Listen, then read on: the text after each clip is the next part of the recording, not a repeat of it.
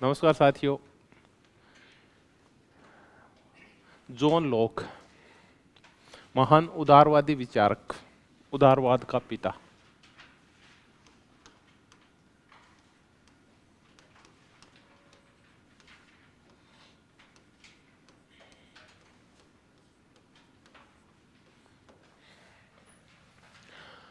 John Locke अनुभववादी, John Locke उदारवादी, John Locke बुर्जुआ society का समर्थक, पूंजीवाद का समर्थक, जॉन लॉक संपत्ति के अधिकार का समर्थक, जॉन लॉक प्राकृतिक अधिकारों का जनक, जॉन लॉक क्रांतियों का समर्थक। आज चर्चा कर लेंगे। ये सारी चर्चाएं हम कर चुके हैं। प्राकृतिक अधिकारों की चर्चा कर चुके हैं, क्या होते हैं, किस प्रकार के होते हैं। आपको नहीं पहचाना? अच्छा, ठीक है, पहचान गया। इन सब की हम चर्चा कर चुके हैं। आज हम जॉन लॉक के ऊपर चर्चा करेंगे कि इनका जो सामाजिक समझौता था, जिनके द्वारा एक कृत्रिम राज्य का निर्माण किया गया, उसकी हम चर्चा करेंगे। होब्स, लॉक और रूसो। उसके बाद के कुछ विचारक, और फिलोसॉफी में जब हम पढ़ते तो कांट। ये वो है जो भांति भांति से सामाजिक समझौते की चर्चा करते हैं, समर्थन करते हैं। इसी सामाजिक समझौते के कुछ समकालीन रूप भी हमें मिलते हैं, लेकिन उनका रूप बदल के और किसी और से संबंधित कर दिया गया है। तो आज हम जॉन रॉल्स की भी चर्चा करेंगे और साथ में रॉबर्ट नोजिक की भी चर्चा कर लेंगे, जो प्रभावित है जॉन लॉक से। आज हम जॉन लॉक सिविल सोसाइटी का निर्माण कैसे करता है, हम इसकी चर्चा करेंगे। पहले हम एक बार कुछ शब्द है उनको मस्तिष्क में बिठा लेते हैं, फिर चर्चाएं करेंगे। देखिए, हम बार बार हमारे मस्तिष्क में क्या बैठा हुआ है? राज्य बैठा हुआ है। हमारे मस्तिष्क में एक शब्द बैठा हुआ है सरकार, और हमारे मस्तिष्क में एक शब्द बैठा हुआ है क्रांति, और एक शब्द हमारे मस्तिष्क में जिसने अपनी छवि बना रखी है वो क्या है? संप्रभुता। अब जैसे मैं आपको राज्य कहता हूं ना, तो आपको मतलब फट से एक तस्वीर आती है कि भारत क्या है? राज्य है। अमेरिका एक राज्य है, एक निश्चित भूभाग है, देश संसार के इस कोने में स्थित है, यहाँ इतने लोग रहते हैं, यहाँ इस प्रकार की सरकार है, और वो संप्रभु है। वो न तो आंतरिक रूप से किसी के नियंत्रण में है, न ही बाह्य रूप से, वो अपने आप में सर्वोच्च है। ऐसे करके राज्य की एक तस्वीर आपके मन में बन जाती है। लेकिन जब मैं ये कहता हूं ना कि जॉन लॉक उसको राज्य नहीं बोलता, बल्कि बोलता क्या है? सिविल सोसाइटी बोलता है, तब थोड़ा सा आपके समझने में दिक्कत आती है। बस मूलतः ये है क्या उसका? राज्य ही है। अब सिविल सोसाइटी कहते हैं, आप सिविल सोसाइटी की धीरे धीरे, क्योंकि पिछली बार ग्रेड फर्स्ट में आ गया है, तो सिविल सोसाइटी की भी आपके मन में क्या बनने लगी है? एक तस्वीर बनने लगी है कि सिविल सोसाइटी फिर क्या होती है, नागरिक समाज क्या होता है। तो आपके मन में सिविल सोसाइटी की ये तस्वीर बन चुकी है। एक बार जो वर्तमान में जिस संदर्भ में हम कर रहे हैं, वर्तमान में हम राज्य को और सिविल सोसाइटी को दोनों को क्या मानते हैं? अलग अलग मानते हैं। हमारे पास से पहले तो इन दोनों का अंतर कर लेते हैं, ताकि शाब्दिक हेर फेर है वो हमारे समझ में आ जाए। मेन मंतव्य है जनहित, कॉमन गुड किया कैसे जाए। इस जनहित को करने के दो साधन है, दो एजेंसीज है, दो संस्थाएं हैं। एक संस्था है जिसको हम राज्य बोलते हैं, और एक संस्था है जिसको हम नागरिक समाज या सिविल सोसाइटी बोलते हैं। ये दो संस्थाएं समाज हित में, जनहित में, कॉमन गुड में, जनता की भलाई के लिए काम करते हैं। जो सरकारी गतिविधियां जनता की भलाई करती है उनको हम कौन सी गतिविधियां बोलते हैं? राजनीतिक या राज्य द्वारा संचालित की जाने वाली गतिविधियां बोलते हैं। चलो, राज्य हमारी भलाई कैसे करता है आप बताओ। राज्य हमें सबसे पहले तो सुरक्षा देता है, उसके बाद राज्य हमारे कल्याणकारी गतिविधियां चलाता है, चाहे शिक्षा के लिए स्कूल चलाता हो, चाहे हॉस्पिटल चलाता हो, चाहे मनरेगा के रूप में रोजगार देता हो, भांति भांति की, चाहे हमारे लिए सड़कें बनाता हो, रेलवे के काम है, बेसिक इंफ्रास्ट्रक्चर है, हमारे घर बनाता है। ये सारे काम कौन करता है? राज्य। राज्य हमें विधिक अधिकार प्रदान करता है, हमें अधिकार भी प्रदान करता है। हमें आरटीआई दिया, हमें आरटी दिया, उपभोक्ता कानून दिया, हजारों प्रकार के कानून है जो हमें राज्य ने प्रदान किए। राज्य की विधायिका उन कानूनों को बनाती है, फिर हमारे ऊपर उनको लागू किया जाता है। अधिकार वो हमें देती है, उनके ऊपर हमें सौंपे जाते हैं, ताकि तो हम अपना डेवलपमेंट कर सकें। तो राज्य हमें सुरक्षा देता है हमारे कल्याण के लिए। राज्य हमारे लिए कौन सी गतिविधियां चलाता है? कल्याणकारी गतिविधियां। और राज्य हमें ऐसी सामाजिक परिस्थितियां पैदा करने के लिए, अच्छी सामाजिक परिस्थितियां पैदा करने के लिए हमें भांति भांति के क्या देता है? अधिकार देता है। इन अधिकारों की हम मांग करते रहते हैं टाइम टू टाइम। आज भी हम कह रहे हैं कि हमें एक अधिकार चाहिए, वो है ट्रांसपेरेंसी का अधिकार। तो ट्रांसपेरेंसी के अधिकार के लिए हमें उसने पहले क्या दिया था, आरटीआई। आज हम कह रहे हैं कि सूचना टेक्नोलॉजी और ज़्यादा घुसाई जाए प्रशासन के अंदर, ताकि जितने भी कार्य है उन सबको हमें पता होना चाहिए कि सरकार कर है क्या रही है। तो भांति भांति के अधिकार। अच्छा, एक हमें अधिकार दिया कौन सा, आरटीआई का। एक हमें अच्छा सा अधिकार दिया कौन सा, आरटीई का। ऐसे ही एक उपभोक्ता संरक्षण के अधिकार दिए गए हैं। हर साल हमें ऐसे कोई 1 2 4 बड़े अधिकार दे दिए जाते हैं। सड़क सुरक्षा के दिए, मिलावट के खिलाफ अधिकार दिए, ये सारे अधिकार जनता की रक्षा के लिए। तो राज्य इन गतिविधियों के द्वारा अपने नागरिकों का क्या करता है, कल्याण करता है। इनको हम कौन से काम बोल देते हैं, ये जनहित के काम जो राज्य के द्वारा जनहित में किए गए। इसके लिए सरकारी एजेंसी जो होती है या फिर वो सरकार ठेके पे कराती है, काम सरकार करवाती है। दूसरा होता है सिविल सोसाइटी, नागरिक समाज। जब राज्य एक काम और करता है, राज्य क्या करता है, सब चीजों को व्यवस्था में रखने के लिए क्या बनाता है, कानून बनाता है। कई बार ये ऐसे कानून बना देता है जो जनता के हित में नहीं होते बल्कि जनता के अहित में होते हैं। या कई बार ये कानून बनाता ही नहीं है, हम मांग करते रहते हैं कि हमें अधिकार चाहिए, कानून चाहिए, और ये कानून नहीं बनाता। इसलिए इसने सूचना देने का कोई कानून नहीं बनाया। तो अरुणा राय और निखिल डे और ये सारे लोग सामने आए। इन्होंने कहा कि जनता त्रस्त है नौकरशाही के भ्रष्टाचार से।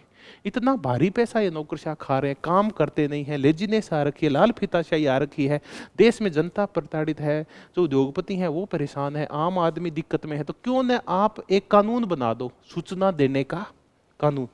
राज्य बोला नहीं बनाऊंगा, नहीं बनाऊंगा। तो 16 साल तक लड़ाई लड़ी।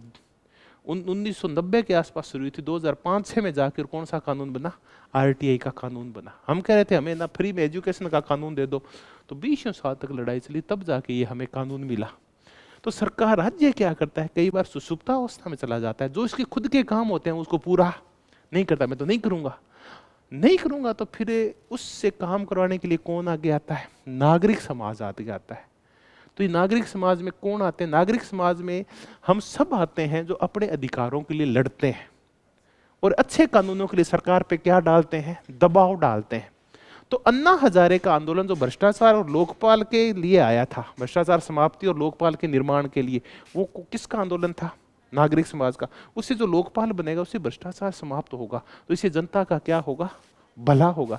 तो जब हम सरकार से बाहर के कुछ संस्थान, सरकार से बाहर के लोग जब सरकार के ऊपर जनहित में कानून बनाने के लिए, जनहित में कदम उठाने के लिए दबाव डालते हैं, तो उसको कौन सी बोलते हैं, नागरिक समाज।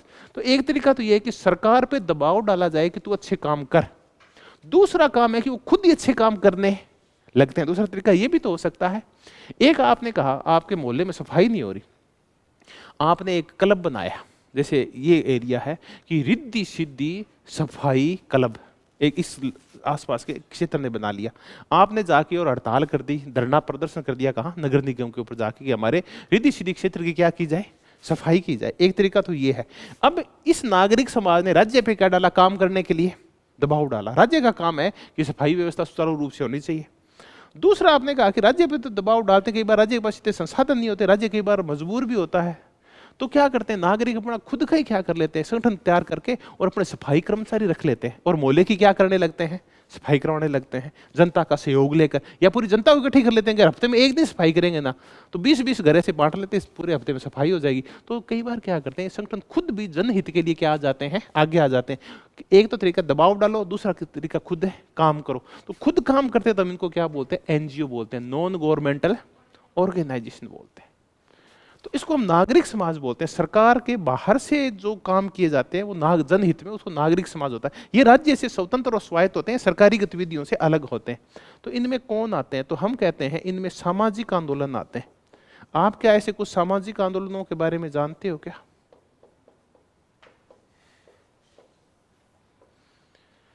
देखो, एक उपेन यादव है राजस्थान में, वो किससे जुड़ा हुआ है, सामाजिक आंदोलन से। वो किसके लिए झगड़ता है, बेरोजगारों के लिए। तो वो काहे की गतिविधि करता है, नागरिक समाज की। वो सरकार का आदमी नहीं है, बल्कि सरकार से बाहर बैठा हुआ और वो रोजगारों के लिए काम करता है। राज्य का काम क्या है, रोजगार का सृजन करना अपने नागरिकों के लिए, अपने बेरोजगारों के लिए। वो जब नहीं कर पाती तो नागरिक समाज उन पे क्या बनाता है, दबाव बनाता है, तो बेरोजगारों को साथ लेके और वो ये काम करता है। तो वो नागरिक समाज की गतिविधि है। तो वो कौन से आंदोलन चलाता है? उन आंदोलन को हम कौन से आंदोलन बोलते हैं? सामाजिक आंदोलन बोलते हैं। ठीक है, अन्ना हजारे ने ऐसे आंदोलन चलाए हैं, अरुणा राय ने ऐसे आंदोलन चलाए हैं, पानी की सफाई के लिए और पर्यावरण संरक्षण के लिए ऐसे आंदोलन मध्य प्रदेश में और गुजरात में इसने मेधा पाटकर ने चलाए हैं। ऐसे उत्तराखंड में पर्यावरण संरक्षण, पहाड़ों और पेड़ों की रक्षा के लिए चिपको आंदोलन चला है, सुंदरलाल बहुगुणा और इन सब का। तो ये सब सामाजिक आंदोलन है। दूसरा एक तरीका क्या हो सकता है? NGOs, non governmental organisation. पीछे एक व्यक्ति को बच्चों का कल्याण करने के लिए एक नोबेल पुरस्कार मिला था जो भारत का था, कैलाश सत्यार्थी। तो कैलाश सत्यार्थी बचपन बचाओ के नाम से क्या चलाता है? एक एनजीओ, नॉन गवर्नमेंटल ऑर्गेनाइजेशन। देखो, बच्चों का कल्याण दो संगठन कर सकते हैं, तो सरकारी संगठन कर सकते हैं, दूसरे वो संगठन भी कर सकते हैं जो सरकार के नहीं है, तो उनको हम क्या बोलते हैं? तो ये तो गवर्नमेंटल ऑर्गेनाइजेशन। राजस्थान का बाल कल्याण मंत्रालय है, ये क्या है? ये गवर्नमेंटल ऑर्गेनाइजेशन है। और कैलाश सत्यार्थी का बचपन बचाओ क्या है? एनजीओ, नॉन गवर्नमेंटल ऑर्गेनाइजेशन है। ठीक है, एनजीओ जो होते हैं सामाजिक आंदोलन होते हैं। इसके अलावा हम इनमें और किसको शामिल करें? आपकी मोहल्ला समितियां हो सकती है। जैसे मेरे गांव में एक यूथ क्लब काम करता है। वो यूथ क्लब क्या करता है? बच्चों को प्रेरित करता है, उनको हर साल पुरस्कार देता है जो अपने अपनी कक्षाओं में प्रथम आते हैं, सरकारी नौकरी लगते हैं और खेल में उत्कृष्ट भूमिका निभाते हैं। अब वो उस गांव के युवाओं के कल्याण के लिए क्या कर रहा है? काम कर रहा है। तो ऐसे ना गांव के क्लब हो सकते हैं, मोहल्ला समितियां हो सकती है, यूथ क्लब हो सकते हैं। आपने एक नाम सुना होगा लॉयंस क्लब, जो पानी की प्याऊ खोलता है कई जगह, ठीक है, पुरस्कार देता है कई बार। तो ये सारे के सारे मिलके क्या बनाते हैं? नागरिक समाज बनाते हैं। तो राज्य और नागरिक समाज ये दो अलग अलग चीज है वर्तमान समय में। लेकिन जोन लोग कहे क्या? राज्य को क्या नाम दे रहा है? सिविल सोसाइटी नाम दे रहा है। ठीक, तो वर्तमान की सिविल सोसाइटी के संदर्भ अलग हैं और लोग जिसका प्रयोग कर रहा है वो अलग है। वो तो किसका समानार्थी शब्द है? राज्य का। तो जोन लोग है वो स्टेट शब्द का प्रयोग नहीं करता, बल्कि काय का निर्माण करता है? सिविल सोसाइटी का। ठीक है, वो सरकार नहीं कहता, वो कहता गवर्नमेंट नहीं है, बल्कि गवर्नमेंट को वो क्या कहता है? ट्रस्ट कहता है। ये ट्रस्ट क्या होता है? इसकी बार बार चर्चा आती है। इसकी हम तीन जगह चर्चा कर लेते हैं। एक तो हम जब ट्रस्ट की चर्चा कर रहे हैं तो किसकी चर्चा कर रहे हैं? जॉन लॉक की। एक हमने अरस्तु की चर्चा की थी और एक हम किसकी चर्चा कर रहे थे? गांधी जी की। तो सबसे पुराना इसमें अरस्तु है। अरस्तु कहते हैं संपत्ति ना कैसे यूज की जाएगी, कि संपत्ति क्या होगी? व्यक्तिगत होगी, लेकिन प्रयोग उसका साझा होगा। तो वो व्यक्ति कौन है? कि वो उसका मालिक है और उधर से ट्रस्टी है वो। लेकिन इसकी सही व्याख्या किसने की है? गांधी जी ने इसमें ट्रस्टीशिप थ्योरी दी कि जो पूंजीपति है, उद्योगपति, उनके पास पैसा समाज का है, समाज ने उनको संभाल के रखने के लिए दिया हुआ है। तो ट्रस्टी वो होता है जिसके ऊपर उन्हें ट्रस्ट होता है। ट्रस्ट क्या होता है? विश्वास होता है। ठीक है, तो ये अब कई बार हमें ना ट्रस्टी समझ नहीं आता। तो गांव में आप कौन होते हैं? ट्रस्टी। तो गांव में जो ना अपनी दादी धोक मारन जावे हरिद्वार, ना गोरती का जक्का घरे बांध के जावे, वो कौन होते हैं? उसको सबसे विश्वसनीय आदमी घर पे वो गाय बांध के जाती है। ये गाय ना पूरा दूध देती रहनी चाहिए, जितना दूध दे रही है ना वापिस आऊंगी उतना ही देती रहनी चाहिए, और पूरा खिलाना पिलाना इसको और पीटना मत इसको। और वो फिर 4-5 दिन बाद वापिस आके फिर भी उसको पूरा विश्वास नहीं होता। वो कहते हैं गोरती का मेरे गए बंद कितनी बार भी आ गई, अभी दाई नहीं आ कहे तू कितना दिन खातर गई? 4 दिन के लिए गई थी, वापिस आके 4 दिन बाद ही पूछ रही है कि गोरडी का कितनी बार भी आ गई। तो ठीक है, तो वो हम ट्रस्टी हैं। जब हम घर छोड़ते हैं तो जिसको घर की चाबी दे के जाते हैं कि भाई तू संभालना, वो कौन होता है? हमारा ट्रस्टी होता है। ऐसे ही ट्रस्टी गांधी जी कहते हैं उद्योगपति हैं, समाज ने इनको पैसा संभालने के लिए दिया हुआ है, खर्च करने के लिए नहीं दिया हुआ। और ऐसा ही ट्रस्टी सरकार के संदर्भ में कौन होती है? सरकार। तो हमने सरकार के ऊपर ट्रस्ट करके, विश्वास करके उसको सौंपा क्या है? हमने उसको बोला है कि हमें तेरे पर विश्वास है कि तू हमारे अधिकारों की क्या करेगी? रक्षा करेगी। तो ये जो ट्रस्ट है ये हमारे अधिकारों की क्या करता है? रक्षा करता है। हमने अधिकारों की रक्षा का काम इस ट्रस्ट को सौंपा हुआ है, हमें इसके ऊपर विश्वास है। क्रांति, क्रांति के लिए वो बोलता है ये अपील टू हेवन है।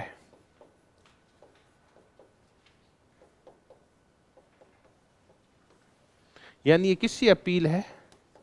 स्वर्ग से अपील है। अब क्रांति के वो निहितार्थ नहीं है जो हम आज तक लगाते हैं। आज तक हम क्रांति का तात्पर्य इसमें हिंसा तो मानते हैं, रेडिकल चेंज मानते हैं इसके अंदर, लेकिन ये कहता है कि ये क्रांति है, ये किसके द्वारा की जाएगी? बहुमत के द्वारा, मेजोरिटी के द्वारा की जाएगी। हम भी देखते हैं कि मेजोरिटी के शासन का, बहुमतवादी शासन का समर्थक है कौन? जॉन लोक। तो हम कहते हैं एक बहुत ही महत्वपूर्ण वाक्य है कि जॉन लोक क्रांतियों का वो है, क्या बोलेंगे, समर्थक है या क्रांतियों का दार्शनिक है। हम क्यों कहें कि जॉन लोक क्रांतियों का दार्शनिक है? तो इस मुद्दे को भी यहीं कंप्लीट कर लेते हैं। क्रांतियों का दार्शनिक आगे और चर्चा आएगी तो और कर लेंगे। क्रांतियों का दार्शनिक क्यों है ये? ए फिलोसोफर ऑफ रिवॉल्यूशन। तो ये उस रूप में नहीं है जिस रूप में हमारे मन में छवि बनी हुई है। हम ये सोचते हैं कि क्रांति का तात्पर्य हिंसा होगी, उसमें जनता का बहुत बड़ा वर्ग भाग लेगा और रेडिकल चेंज हो जाएंगे। आज तक क्रांतियों में यही होता है, चाहे वो फ्रांस की क्रांति हो और चाहे रूस की क्रांति हो, चाहे वो चीन की क्रांति हो। लेकिन यहां क्रांतियों का तात्पर्य क्या है? देखिए, दो काम तो हो ही सकते हैं और कुछ नहीं हो। तो जनता का एक ऐसा वर्ग भाग लेता है क्रांति में, हमेशा ही बड़ा वर्ग। अब हिंसा जरूरी नहीं है। जैसे गौरवपूर्ण क्रांति में कोई हिंसा नहीं हुई थी, उसके बावजूद बहुत कुछ बदल गया था 1688 में। तो बड़ा वर्ग भाग लेता है, बड़ा वर्ग भाग लेता है तो हम उसको क्या बोलते हैं? बहुमत का शासन। तो क्या ये वास्तव में क्रांतियों का समर्थक है क्या? तो यहाँ क्रांति का तात्पर्य है अरस्तु वाला। अरस्तु के अनुसार क्रांति क्या है, आप बताओ? शासन में किसी भी प्रकार का परिवर्तन क्या कहलाएगी? क्रांति। और यहाँ क्रांति बहुमत करता है। बहुमत क्या करता है? जब ये ट्रस्ट सरकार ढंग से काम नहीं करती तो बहुमत क्या करता है? अगले जैसे वोट आते हैं उसको हरा देता है और नई सरकार का गठन कर देता है। तो ऐसी क्रांतियां राजस्थान में हम कितने साल बाद करते हैं? 5 साल बाद करते हैं। बीजेपी को हरा के कांग्रेस ले आते हैं और कांग्रेस को हरा के बीजेपी को ले आते हैं। तो इसको हम क्या बोलते हैं? लोक की नजर में ये क्या है? एक क्रांति है। तो क्रांति है ये, इसीलिए इसको क्रांतियों का दार्शनिक बोला जाता है। अब आपको ये इसने कौन सी बड़ी बात करी? तो मैं कह दूं ये तो आप तो कह दो, लेकिन क्या आप 1680 70-80 तक कह दोगे ये बात? या 1690 तक ये कह दोगे जब वहां क्या थे? राजतंत्र थे। और एक जब राजतंत्र आ जाता है तो वो हजारों साल तक राज करता है। एक राजतंत्र। उदयपुर के जो राजतंत्र, जो राजा थे, उन्होंने कम से कम 1000 साल तक राज किया था। और ये क्या कह रहा है कि सरकार कितने साल में पलटी मार जाएगी? 5 साल में। तो एक जो हजारों साल राज कर रहे हैं, ये इतने पुराने राजतंत्र के साथ ये कह रहा है कि क्या की जाएगी? क्रांति की जाएगी। और ये क्रांति बहुमत करेगा और सरकार को पलट देगा। जब किसी बोलता हजारों सालों तक सरकारें पलटती नहीं थी, वही राजतंत्रात्मक सरकारें बनी रहती। एक एक राजा 80-80 90-90 साल तक वो जिंदा, उसका वो बैठा रहता। खुद 40-50 साल तो राज करता ही था। तो 50-50 साल तक एक ही राजा राज करता था। और ये कहता है कि क्रांति हो सकती है। तो उस टाइम के लिए बड़ी बात थी सरकारें बदलना। आज तो हमें ही पता है कि लोकतंत्र में क्या बदल जाती है? सरकारें। तो यहाँ क्रांतियों का तात्पर्य है कि लोकतांत्रिक तरीके से सरकारों को बदलना। और समय पता है कि सरकारें जब लोकतंत्र में बदलती है तो कैसे बदलती है? बहुमत से। जिसके साथ बहुमत होता है उसकी सरकार बनती है। क्या अल्पसंख्यक क्रांति कर सकते हैं क्या? नहीं कर सकते। क्यों नहीं कर सकते बताओ? क्योंकि उनके पास बहुमत है नहीं होता, तो सरकार नहीं बदल सकते। क्रांति का तात्पर्य सरकार का बदलाव होना। तीसरा है संप्रभुता। इसने ना कहीं भी सोवर्निटी शब्द का प्रयोग नहीं किया, बल्कि इसकी जगह पर ऑल सुप्रीम पावर। तो एक अब हमारे मन में कुछ छवियां बैठ गई। बाई चांस ये शब्दावली पूछ ले कि वो राज्य के लिए किसका प्रयोग करता है, सरकार को वो क्या कहता है, किसको क्रांतियों का दार्शनिक कहा जाता है, क्रांति कौन कर सकते हैं, तो इन सब प्रश्नों के हमें एक बार जवाब मिल गए।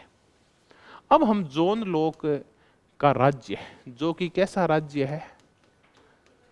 कृत्रिम राज्य है। और कृत्रिम राज्य की स्थापना के लिए आपको पहले तर्क करने पड़ेंगे। तो अब हम कृत्रिम राज्य की स्थापना के लिए किसका प्रयोग कर रहे हैं? जॉन लोक की तर्क प्रणाली का, उसका जो लॉजिकल सिस्टम है उसका हम प्रयोग करेंगे कि कैसे राज्य की स्थापना होती है। अभी तक हमने मजेदार मुद्दा ये किया कि राज्य को वो क्या बोलता है? Civil society. क्या वर्तमान संदर्भ एक ही है क्या? नहीं, आजकल हम सिविल सोसाइटी किसी और को बोलते हैं। इसने सिविल सोसाइटी किसको बोला है? राज्य को। ट्रस्ट क्या होता है, ट्रस्टीशिप क्या होता है, ये सब हमने चर्चाएं की।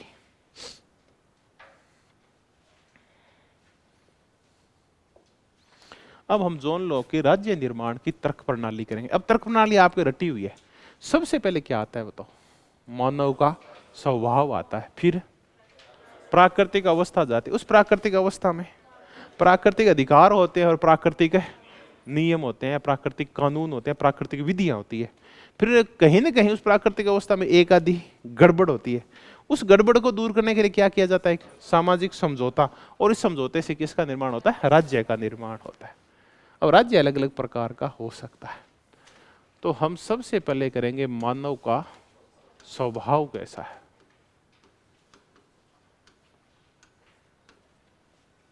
ये कहता है जो मानव का स्वभाव है ना, वो अच्छा है। प्राकृतिक अवस्था में अच्छा स्वभाव होता है, वो शांति प्रिय होता है मानव का स्वभाव। और मानव कैसा होता है? मेल जोल वाला होता है, एक दूसरे के साथ है सहयोग करने वाला होता है, मेल जोल वाला होता है। तो ये मानव स्वभाव का सकारात्मक चित्रण करता है। इससे पहले मैकियावेली ने और होब्स ने जो चित्रण किया वो कैसा है? नकारात्मक है। मैकियावेली ने कहा है सार्वभौमिक अहमवाद, और होब्स उससे भी आगे जाके उसके अहमवाद, इगोइज्म, विवेकवाद और उसके शक्ति, प्रेम और हिंसा के कारणों को ढूंढ लिया कि वो कहाँ से पैदा होते हैं? मस्तिष्क से पैदा होते हैं। तो होब्स का किया था हमने मनोवैज्ञानिक अहमवाद। ठीक है, मानव स्वभाव। अब ये कहता है कि ये जो मानव स्वभाव है इसमें एक और पाई जाती है कि इसमें सभी मानवों में क्या पाई जाती है? समानता पाई जाती है। सेम की सेम बात एक व्यक्ति और बोल के गया, वो कौन सा है? होब्स है। होब्स भी कहता है कि समानता पाई जाती है। अब दोनों ही कह रहे हैं कि समानता पाई जा रही है, तो कौन सी समानता पाई जाती है कि मानव स्वभाव समान होता है इसमें? तो एक है होब्स की समानता और एक है लोक की समानता, कि कैसे मानव स्वभाव समान होता है या कैसे एक जैसा होता है, सारे लोग समान कैसे होते हैं। होब्स कहता है कि आपको ये लगता होगा कि प्राकृतिक अवस्था में सर्वत्र हिंसा की स्थिति होती है, सारे लोग एक दूसरे को मारते हैं। तो जहां सारे लोग एक दूसरे को मारते हैं ना, तो वहां पर कई मत्स्य न्याय होगा। मत्स्य न्याय होगा तो स्वाभाविक है जिनके पास शारीरिक बल ज्यादा होगा, जिनके पास हथियार ज्यादा होंगे या जिनके पास लठ होगा, वो औरों से क्या रहेंगे? शक्तिशाली रहेंगे। तो इसका तात्पर्य है कि इस समाज में समानता हो नहीं सकती प्राकृतिक अवस्था में, क्योंकि वहां जहां हिंसा है सर्वत्र चारों तरफ है, वहां कैसे एक कमजोर व्यक्ति दूसरे के समान हो सकता है? तो कहता है दो प्रकार के बल होते हैं, एक होता है लठ बल और एक होता है बुद्धिक बल। तो जिनके पास लठ बल, शारीरिक बल नहीं होता, वो फिर अपने बैठे बैठे क्या लगाते हैं? बुद्धि लगाते हैं। तो एक होता है शेर, दूसरी होती है लोमड़ी। ये लोमड़ियां क्या करती है? शेर को फंसाने के लिए जाल लेके आती है और जाल में डाल के और शेर को मार देती है। तो दोनों ही बराबर होते हैं, शेर भी और लोमड़ी भी। तो यहाँ कौन से बल में? कुछ लोगों के पास शारीरिक बल ज्यादा होता है तो कुछ के पास है बौद्धिक बल होता है। तो शारीरिक और बौद्धिक बल के हिसाब से लोग होते क्या है? समान होते हैं। ठीक है, तो यहाँ बल की समानता की चर्चा की गई है। तो ये सारा जो है कुल मिला के यहाँ कौन सी समानता की चर्चा की गई है? शक्ति समानता की चर्चा की गई है। अब दो, किसी के पास शारीरिक बल है तो किसी के पास है बौद्धिक बल है या बौद्धिक शक्ति है। ये कहता है मुद्दा ये नहीं है कि वो समानता, ये शक्ति की समानता है। मुद्दा ये है कि यहां सब लोगों में कैसी समानता होती है? नैतिक समानता होती है। सब लोगों में तार्किक समानता होती है। अब ये नैतिक समानता, एक इसको सही शब्द है इसकी तार्किक समानता। ये बोलता है जो तार्किकता लोगों में पाई जाती है, जो रैशनैलिटी पाई जाती है, जो बुद्धि पाई जाती है लोगों में, ये बुद्धि एक प्रकार का चमकदार सितारे स्फुटलिंग की तरह होती है। ये बुद्धि है कि जो व्यक्ति को दूसरे व्यक्ति के क्या करती है? बराबर करती है। सब लोगों में कैसी समानता पाई जाती है कि सारे के सारे लोग कैसे होते हैं? विवेकशील होते हैं। तो दरअसल काय की समानता पाई जाती है यहां? आप बताओ। भौतिक समानता नहीं, विवेकशीलता की समानता। सब, अब आप बताओ ये कौन सी समानता? विवेकशील समानता। इसमें सारे लोग ये सोचते हैं कि हमारा हित कहां है। सब में बुद्धि होती है, कोई भी भावुक नहीं होता। अर्थशास्त्र में हर एक उपभोक्ता होता है, वो समान होता है। बताओ कैसे? आप है ना बच्चे को भी अगर पैसा दे के भेजोगे ना, तो वो भी सेठ से क्या करेगा? बार्गेनिंग करेगा। उसको 1 रुपया दे दो तो वो सेठ बोलेगा कि मैं तेरे को 1 ही टॉफी दूंगा, तो बच्चा 4 बार बोलेगा ताऊ जी यहाँ ना करो, 2 टॉफी तो दे दो, एक मेरी एक मेरे छोटी भाई की, छोटी बहन की, 2 तो दो। तो उस बच्चे को भी क्या होती है, विवेकशीलता पाई जाती है। तो अर्थशास्त्र में हर एक उपभोक्ता तो समान होते हैं, क्योंकि सब में क्या पाई जाती है, विवेकशीलता। ऐसे ही प्राकृतिक समाज में हर एक व्यक्ति में क्या पाई जाती है, विवेकशीलता। वो अपने हितों के बारे में अच्छी तरह से जानता है कि मेरा हित संरक्षण, मेरे को फायदा कहाँ हो सकता है। इसको हम कौन सी समानता बोलते हैं, तार्किक समानता। इसी को हम और कौन सी समानता बोलते हैं कि नैतिकता के बारे में उन लोगों के विचार क्या होते हैं, एक जैसे होते हैं। नैतिकता के बारे में चलो उनका एक विचार है कि मैं तेरे को मारूं क्या, वो बोला तू मेरे को मार, मैं तेरे को मारूंगा। तो दोनों एक दूसरे को मारते नहीं है। तो उनमें अहिंसा और शांति के जो अच्छे विचार हैं उनमें क्या पाई जाती है, समानता पाई जाती है। तो यहाँ तो शक्ति समानता है और यहाँ क्या है, नैतिक, तार्किक या विवेकशीलता की समानता है। तो ऐसा होता है मानव स्वभाव। अब जैसा मानव स्वभाव होगा वैसी क्या होगी, प्राकृतिक अवस्था होगी। तो होब्स के और मैकियावेली के बिल्कुल उल्टा बताता है लोक मानव स्वभाव को। अब हम चर्चा कर रहे हैं कि ये प्राकृतिक अवस्था कैसी होगी।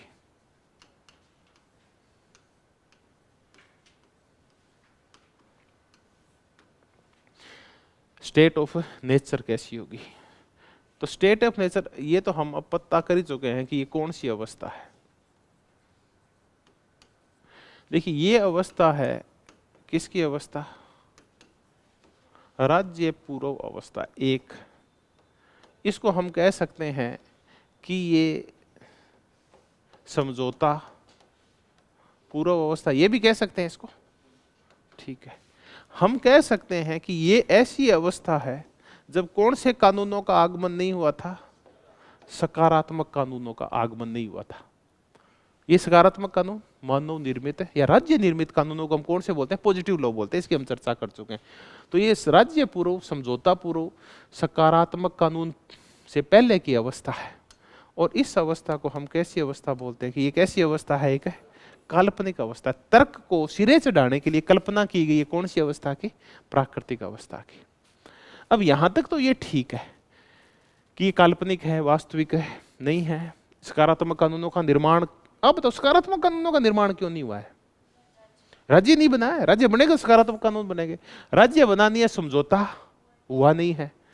अब इसमें छोटा मोटा एक ही चेंज कर सकते हैं। ये सारे की सारी विशेषताएं किस में पाई जाती है, होब्स में पाई जाती है, ये सारी रूसों में पाई जाती है। तो लोक में अंतर क्या है, लोक में इतना ही अंतर है कि जहां होब्स कहता है कि ये राज्य पूर्व अवस्था है, साथ ही होब्स ये कहते हैं समाज पूर्व भी है। लेकिन लोक की अवस्था राज्य पूर्व तो है लेकिन समाज पूर्व है नहीं है। अब आप कहेंगे समाज पूर्व क्यों नहीं है ये, तो इस समय तक समाज, लोक कहता है कि समाज तो बना हुआ है, बने नहीं है तो कानून बनाने वाली संस्थाएं नहीं बनी हुई है जो सबके ऊपर नियंत्रण करने वाली। राजनीतिक संस्था को छोड़ के बाकी संस्थाएं बनी हुई है। संपत्ति की संस्था बनी हुई है, बाजार बना हुआ है, शिक्षा बनी हुई है, नेविगेशन यानी जहाज नहीं बना हुआ है, उद्योग बने हुए हैं, सब कुछ बना हुआ है। एक समाज नहीं बना हुआ, कौन सा, राजनीतिक समाज नहीं। बाकी सारी गतिविधियां हो रही है, सुचारू रूप से चल रही है। तो ये अवस्था है लोक की, जो प्राकृतिक अवस्था है उसमें समाज पूर्व है या समाज बना हुआ है, समाज बना हुआ है इस अवस्था में। एक और अंतर करें, बहुत ही जो मजेदार अवस्था है, क्या होब्स की प्राकृतिक अवस्था में संपत्ति थी क्या, वेरी गुड, संपत्ति नहीं थी। क्यों नहीं थी संपत्ति, क्योंकि फल सुरक्षित नहीं थे। तो जहां हमारे रिजल्ट सुरक्षित नहीं होते वहां हम संपत्ति का निर्माण ही नहीं करते। जबकि होब्स की जो प्राकृतिक अवस्था है उसमें क्या पाई जाती है, संपत्ति पाई जाती है। सॉरी, लोक वाली में, होब्स में संपत्ति नहीं है, रूसों की प्राकृतिक प्रारंभिक अवस्था में संपत्ति नहीं है। फिर एक आदमी रूसों में, हम एक दिन एक जमीन पे कब्जा करता है, उस दिन संपत्ति का निर्माण होता है, उसी दिन प्राकृतिक अवस्था क्या हो जाती है, खत्म हो जाती है। तो आगे और चर्चा कर लेंगे। सिर्फ एक जोन लॉ की है जिसकी स्टेट ऑफ नेचर प्राकृतिक अवस्था में क्या पाई जाती है, संपत्ति पाई जाती है। तो बताओ संपत्ति का अधिकार कैसा अधिकार है, प्राकृतिक अवस्था में पाया जाता था, राज्य ने नहीं दिया। राज्य आया उससे पहले कौन सा अधिकार था, संपत्ति का अधिकार था।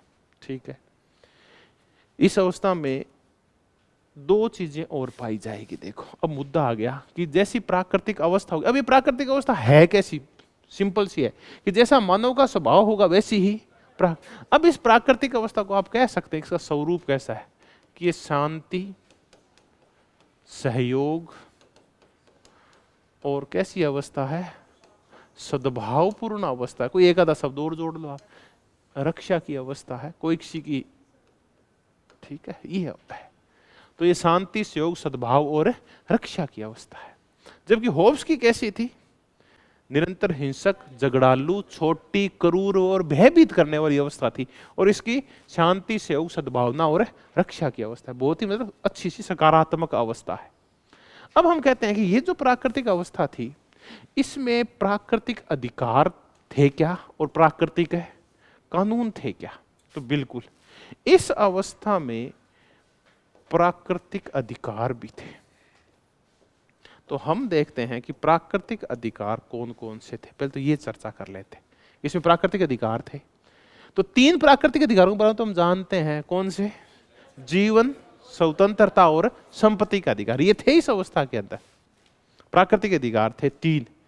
हम ये कह सकते हैं कि ये ऐसी अवस्था थी जिसमें संपूर्ण स्वतंत्रता थी। व्यक्ति कुछ भी कर सकते थे, उनको पूरी छूट थी। बस एक दूसरे के मामले में गड़बड़ नहीं करनी है, एक दूसरे के मामले में हस्तक्षेप नहीं करना। आप स्वतंत्रता का पूरा उपभोग करो, बस लाठी घुमाओ अगले के नाक के नील के, ये स्वतंत्रता थी उनको। दूसरी क्या पाई जाती थी? समानता। किसी के भी अधिकार किसी से ज्यादा नहीं थे, सारे विवेकशील व्यक्ति थे। तो विवेक की तरह से, नैतिक दृष्टि से सारे एक जैसे अच्छे थे, सहयोगी थे एक दूसरे के, नैतिक रूप से ठीक थे। समानता की अवस्था थी। लेकिन एक और इनकी विशेषता बताता है कि सब लोगों के पास कैसी शक्ति थी? कार्यकारी शक्ति, एग्जीक्यूटिव पावर थी। एग्जीक्यूटिव पावर किस चीज की थी? कोई एग्जीक्यूटिव पावर होता है किसी भी चीज को लागू करना, कानूनों को क्या करना? लागू करना। तो काय की एग्जीक्यूटिव पावर? क्या वहां कोई कानून था क्या? तो प्राकृतिक अवस्था में पाए जाते थे प्राकृतिक कानून। तो देखिए, हम ये कह रहे हैं कि न केवल प्राकृतिक अधिकार थे, बल्कि इस अवस्था में प्राकृतिक कानून भी थे। अब कई बार हम प्राकृतिक कानून नहीं बल्कि इनको प्राकृतिक, ये पर्याय शब्द है। आप प्राकृतिक विधान बोलो, आप प्राकृतिक कानून बोलो, या प्राकृतिक विधियां बोलो।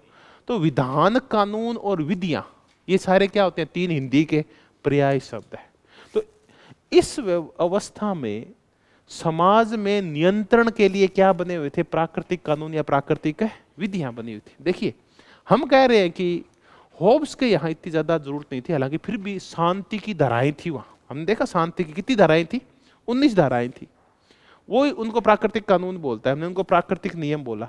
ये भी यही बातें कर रहा है कि प्राकृतिक अवस्था में भी क्या पाई जाती है? प्राकृतिक विधियां पाई जाती है, प्राकृतिक कानून पाए जाते हैं। ये क्वेश्चन इस बार आया था कि लोक की जो प्राकृतिक अवस्था है उसमें समाज का नियंत्रण कहां से होता है? परंपराओं से होता है, या रूढ़ियों से होता है, या प्राकृतिक कानूनों या प्राकृतिक विधियों से? कैसे होता है? तो ये कैसे होता है? प्राकृतिक विधियों या प्राकृतिक कानूनों से होता है। अब ये प्राकृतिक विधियां है क्या? सिंपल सी थ्योरी है। हर एक व्यक्ति की अंतरात्मा से जो बातें निकलती है उनको हम कौन से बोलते हैं? प्राकृतिक कानून।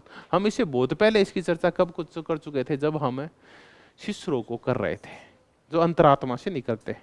भी आप किसी को मारोगे तो वो भी आपको मारेगा, अगर आप अगले का सम्मान करोगे तो वो भी आपका सम्मान करेगा, अगर आप किसी की संपत्ति में दखलंदाजी करोगे तो वो भी आपकी संपत्ति में दखलंदाजी करेगा। आपके अधिकार वहीं तक सुरक्षित है जहां आप दूसरे के अधिकारों की क्या करते हैं? रक्षा करते हैं। तो अधिकारों की एक सीमा होती है, आपको पता है ये क्या कह रही है? आपकी अंतरात्मा कह रही है। आप किसी को परेशान करोगे तो वो भी आपको परेशान करेगा। तो ये सारी बातें थी। तो प्राकृतिक कानून या प्राकृतिक विधियां थी। अब ये आ गया कि कार्यकारी शक्ति, ये संकट था। अब इसको लागू कौन करेगा इन प्राकृतिक कानूनों को? क्योंकि प्राकृतिक कानून तो हमारे अंतर्वात्मा से निकलते हैं। हर एक व्यक्ति प्राकृतिक शक्ति थी उसके पास, किसको लागू करने की? प्राकृतिक है कानून को। कैसे? एक आदमी ने दूसरे आदमी को मारने के लिए आया, तो बीच में राज्य नहीं आएगा, राज्य तो है ही नहीं, तो वो बताओ क्या करेगा? वो उसको मारेगा सामने से। तो वो क्या लागू कर रहा है कि कोई आपको मारता है तो आप भी उसको मारो फिर, क्योंकि राज्य तो है ही नहीं। तो ये प्राकृतिक कानून था, इसको लागू करने के हर एक व्यक्ति के पास क्या थी? कार्यकारी शक्ति थी। तो सब लोगों को स्वतंत्रता थी, बस दूसरों में टांग नहीं डाली। समानता थी, सारे विवेकशील थे, एक दूसरे का सम्मान करते थे। और कार्यकारी शक्ति थी प्राकृतिक विधियों को लागू करने की। बाद में ये विधियां कहां चली गई? आप बताओ, विधियां कहाँ गई बाद में, कानून कहाँ चले गए बाद में? राज्य ने ले लिए, अब काम कौन करेगा इनके अकॉर्डिंग? राज्य करेगा, ठीक है। तो जब इतनी अच्छी अवस्था है तो फिर क्या जरूरत है क्या बनाने की? राज्य। आखिर आवश्यकता क्या है? मुद्दा तो ये है, यहां से मुक्ति क्यों जरूरत पड़ी हमें। तो अब हमने अब तक जो मुद्दा देखा, जो लाइनें आ सकती, ये तो लाइन आएगी नहीं कि ये शांति से सद्भाव पूर्व अवस्था थी, क्यों? तो हमें पता है। लाइन आ सकती है कि होब्स की प्राकृतिक अवस्था राज्य पूर्व अवस्था है और समाज पूर्व है। सही है गलत है? गलत है। ये सिर्फ राज्य पूर्व समाज पूर्व है नहीं है। राज्य नहीं बना था लेकिन समाज बन चुका था। ये सकारात्मक कानूनों से पहले की अवस्था, या इसमें सकारात्मक कानून थे या नहीं थे? आप बताओ। नहीं थे। ये वास्तविक है काल्पनिक है? काल्पनिक है।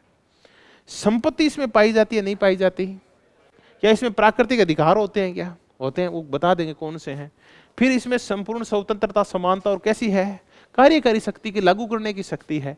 और इस अवस्था का नियमन कैसे होता है? रेगुलेशन कैसे किया जाता है इस अवस्था का? ये बताओ आप। तो प्राकृतिक विधियों के द्वारा नियंत्रण रखा जाता है इसके अंदर। प्राकृतिक विधियां वो होती है जो हर एक आदमी की अंतरात्मा से निकलती है, ठीक है। अब मुद्दा ये आया, अगला जो मुद्दा आया कि ये जो प्राकृतिक अवस्था थी ये फिर भंग क्यों हो गई? इस अवस्था में लोग ये कहता है कि योग्यता महत्वपूर्ण होती है। इस योग्यता की वजह से चक्कर क्या होता पड़ता है, क्या पैदा हो जाती है? संपत्ति की असमानता पैदा हो जाती है। कईयों के पास संपत्ति कम हो जाती है और कईयों के पास संपत्ति ज्यादा हो जाती है। कुछ अपना श्रम लगा देते हैं प्राकृतिक संसाधनों में और निर्माण कर लेते हैं संपत्ति। कुछ आलसी होते हैं, वो काम करते नहीं है, वो गरीब रह जाते हैं, वो अयोग्य होते हैं। तो ऐसे में जैसे संपत्ति की असमानता आ जाती है तो समाज कितने भागों में बढ़ जाता है? अमीर और गरीब में।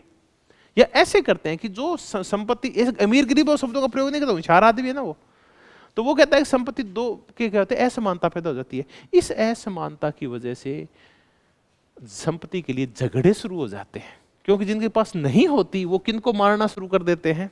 संपत्तिवान को मारना शुरू कर देते हैं। नंबर एक तो ये संकट आता है कि संपत्ति की असमानता शुरू हो जाती है। इस असंपत्ति की असमानता की वजह से समाज में क्या फैल जाती है? अव्यवस्था फैल जाती है। अमीरी और गरीबी की वजह से समाज में अव्यवस्था फैलती है, क्योंकि गरीब है वो अमीरों को मारने लगते हैं, उनकी संपत्ति वो असुरक्षित हो जाती है। अव्यवस्था फैलती है। अव्यवस्था फैलती है तो ये अपनी कार्यकारी शक्ति का प्रयोग नहीं कर पाते। तो ऐसे में प्राकृतिक कानून तो है लेकिन उनको बलपूर्वक लागू करने वाली कोई पावर नहीं है जो इन संपत्तिवानों के प्राकृतिक अधिकार की क्या कर सके? रक्षा कर सके। प्राकृतिक अधिकार, उनको संपत्ति उनकी है, उनका प्राकृतिक अधिकार है, लेकिन उनकी रक्षा कौन करेगा? वो रक्षा नहीं कर पा रहे हैं। रक्षा नहीं कर पा रहे हैं तो ऐसे में यहां संकट क्या आता है कि ऐसी कोई एक संस्था नहीं होती जो कानूनों का निर्माण करे। एक सुनिश्चित संस्था नहीं होती। लोगों के मन में तो है लेकिन कोई एक पर्टिकुलर संस्था नहीं जो निश्चित कानूनों का निर्माण करे और इन कानूनों को दृढ़ता पूर्वक लागू करे और इन कानूनों की क्या करे? फिर व्याख्या करे और जो तोड़ते हैं उनको दंडित करे। तो कुल मिला के ये संकट आता है। तो इस अवस्था की सबसे बड़ी कमी क्या है आप बताओ? कानून को बनाने वाली, कानून को लागू करने वाली और कानून की व्याख्या करने वाली संस्था नहीं है, बाकी सब कुछ है। ये क्यों जरूरी हो जाती है? क्योंकि समाज में क्या फैल जाती है? अव्यवस्था। अव्यवस्था क्यों फैलती है? संपत्ति की असमानता फैल जाती है। तो क्या ये फिर एक रेगुलर अवस्था थी क्या? तो ये ना कभी कभी लहरों के रूप में पैदा होती है। ये कभी कभी अमीर गरीब क्या करते थे? अमीरों के संपत्ति छीन लिया करते थे, उनके प्राकृतिक अधिकार को। तो ये कोई लगातार अवस्था नहीं थी कि कभी कभी ऐसी अवस्था आ जाती है, तब संकट आता है समाज के सामने, यार ये जो समस्या आती है इसका समाधान क्या करें? तो उनको एक ही समाधान नजर आता है कि आपस में क्या कर ले, हम एक सामाजिक समझौता कर ले। तब वो आपस में क्या करते? एक सामाजिक समझौता करते। अब मुद्दा आया कि होब्स में लोग सामाजिक समझौता क्यों करते हैं और जॉन लॉक में सामाजिक समझौता क्यों करते हैं? मुद्दा तो ये है। तो अब हमें क्या करवाना पड़ेगा? सामाजिक समझौता करवाना पड़ेगा। मुख्य प्रश्न है, प्राकृतिक अवस्था में संपत्ति है, संपत्ति की असमानता पैदा होती है, उसी संपत्ति असमानता की वजह से जो अव्यवस्था पैदा होती है, उस अव्यवस्था से बचने के लिए वो लोग क्या करते हैं? आपस में समझौता करते हैं। तो अब हम क्या करवाएंगे, इनका सामाजिक समझौता करवाएंगे।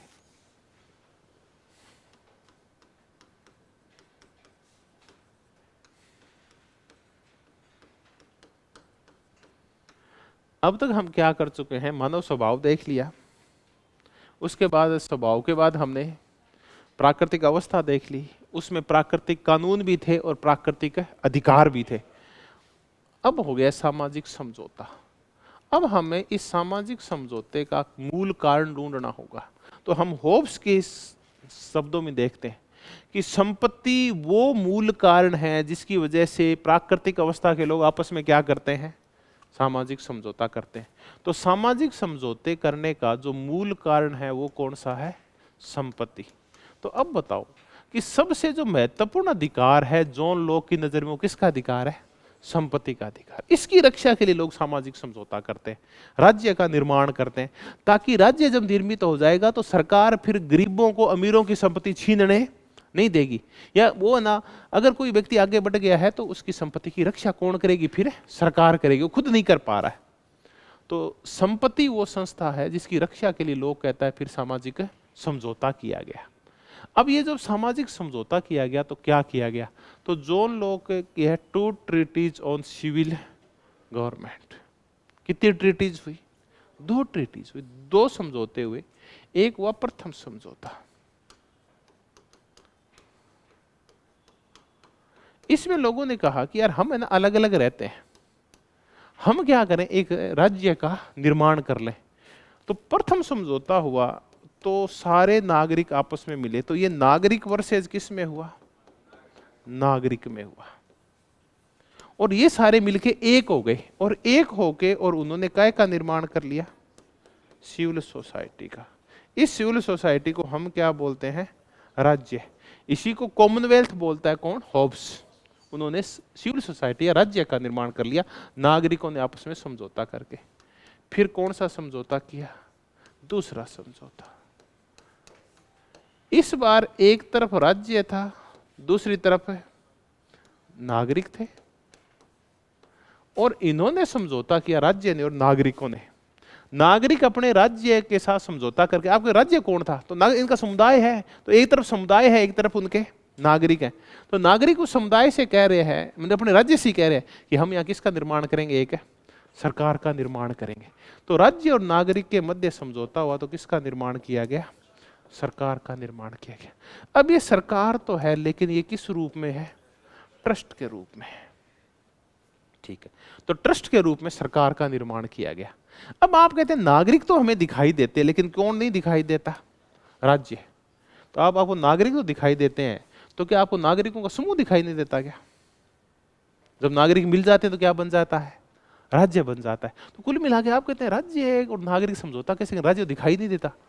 तो राज्य यहाँ क्या की गई, एक बार राज्य की हम क्या करते हैं, एक बार कल्पना करते हैं। हम कहते हैं राज्य ने ये काम किया, राज्य ने ये काम किया, तो काम करती कौन है, सरकार करती है काम। तो ऐसी कल्पना ही है ये कि जिसको आप कह रहे हैं कि राज्य, इसके इस तरफ से साइन कौन करेगा।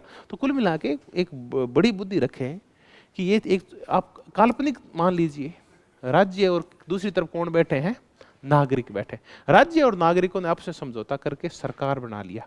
अब ये सरकार है ना ट्रस्ट के रूप में। अब हम आज तक ये देखते आए हैं होब्स के यहाँ कि नागरिकों ने आपस में समझौता किया। समझौता किया क्या, एक उन्होंने राज्य भी बनाया कॉमनवेल्थ, और उसकी सरकार बनाई लेवियाथन।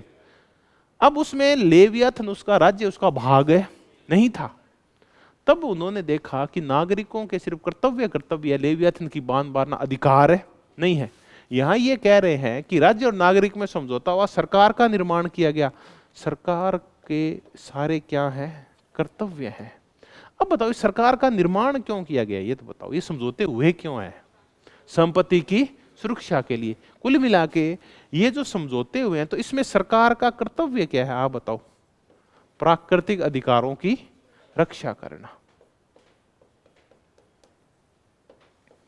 सरकार के ऊपर ट्रस्ट करके उन्होंने एक ट्रस्ट बनाया जिसमें उनको विश्वास है कि ये क्या कर्तव्य का अच्छी तरह से पालन करेगी, प्राकृतिक अधिकारों की रक्षा बहुत अच्छी तरह से करेगी। प्राकृतिक अधिकारों की रक्षा के लिए उन्होंने सरकार को कर्तव्य सौंपा है, कौन सा, ये वाला, रक्षा करने का कर्तव्य, प्राकृतिक अधिकारों रक्षा करते हुए। तो क्या इस सरकार के पास कोई अधिकार नहीं है क्या, कर्तव्य है क्या? अधिकार है ना। ये सरकार कानून बनाएगी, कानूनों को लागू करेगी और कानूनों की व्याख्या करेगी। तो इस सरकार को अधिकार सौंपे, वो कितने सौंपे हैं? 3 अधिकार सौंपे हैं। तो इस सरकार के पास 3 अधिकार भी हैं, बाकी सब इसके क्या हैं? कर्तव्य है। 3 अधिकार हैं कौन से? नंबर 1, कानूनों की व्याख्या करना, यानी इसको हम कौन सा काम बोलते हैं? विधायिका, सॉरी मैं माफी चाहूंगा, कानूनों का निर्माण करना। दूसरा है कानूनों का लागू करना, तो कौन सी शक्ति? कार्यकारी शक्ति। और तीसरा उनकी व्याख्या करना, तो कौन सी शक्ति?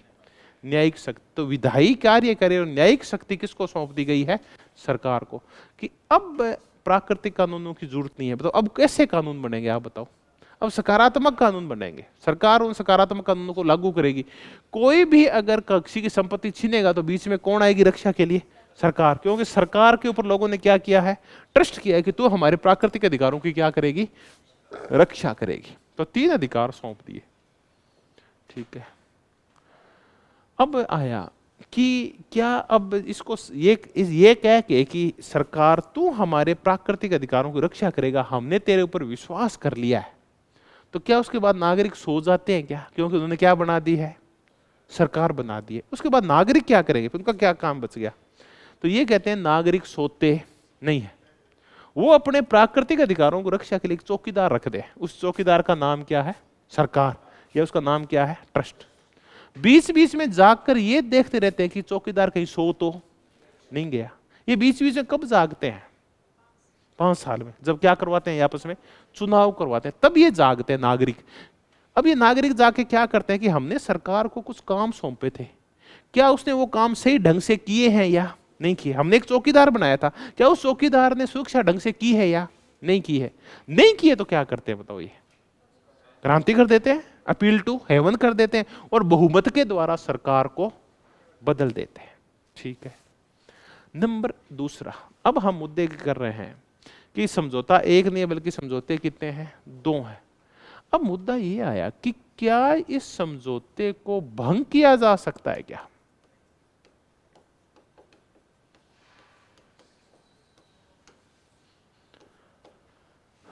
समझौते का भंग किया जा सकता है, लेकिन समझौता भंग करके क्या हम वापस प्राकृतिक अवस्था में नहीं पहुंच जाएंगे? क्यों? क्योंकि समाज नहीं, मुद्दा यह है कि भंग होगी तो कौन सा समझौता भंग होगा? द्वितीय समझौता। उसमें हम किसको भंग करेंगे? सरकार को। क्या बना रहेगा? राज्य बना रहेगा। भारत बना रहता है, हर 5 साल बाद हम अपनी क्या बदल देते हैं? सरकार बदल देते हैं। आपको ऐसे कैसे बदल देते हैं? पिछले 10 साल से नहीं बदली, आगे भी नहीं बदलेंगे। ये आपकी इच्छा है, मैं तो बता रहा हूं। आपको मौका मिलता है क्रांति करने का, आप फायदा नहीं उठाओ तो आपकी इच्छा है? ठीक है। तो समझौते से वापिस हम प्राकृतिक अवस्था में नहीं जाएंगे, क्योंकि समझौता एक नहीं बल्कि समझौते 2 हैं। ठीक है। प्रथम राज्य बना रहता है, भंग क्या होती है? सरकार। और उसकी जगह कैसा ट्रस्ट बन जाता है? हम दूसरों पर ट्रस्ट करके नया ट्रस्ट बना लेते हैं जो हमारे प्राकृतिक अधिकारों की क्या करेगी? रक्षा करेगी। अब आया कि ये जो सामाजिक समझौता है, अगला प्रश्न आया, क्या ये कल्पना है या ये ऐतिहासिक है? मुद्दा ये है कि लोक का जो सामाजिक समझौता है ना, वो कहता है ये मेरा समझौता तो क्या है? ऐतिहासिक है। और ऐसा एक समझौता हुआ था जिसको वो मैफ्लावर समझौता बोलता है। तो अब हम एक और नए मुद्दे के ऊपर आ गए हैं कि लोक का जो सामाजिक समझौता है, लोक का सामाजिक समझौता ये क्या है? एक ऐतिहासिक वास्तविकता है। कौन कह रहा है? जॉन लॉक कह रहा है। ये कल्पना नहीं है बल्कि ऐतिहासिक वास्तविकता है।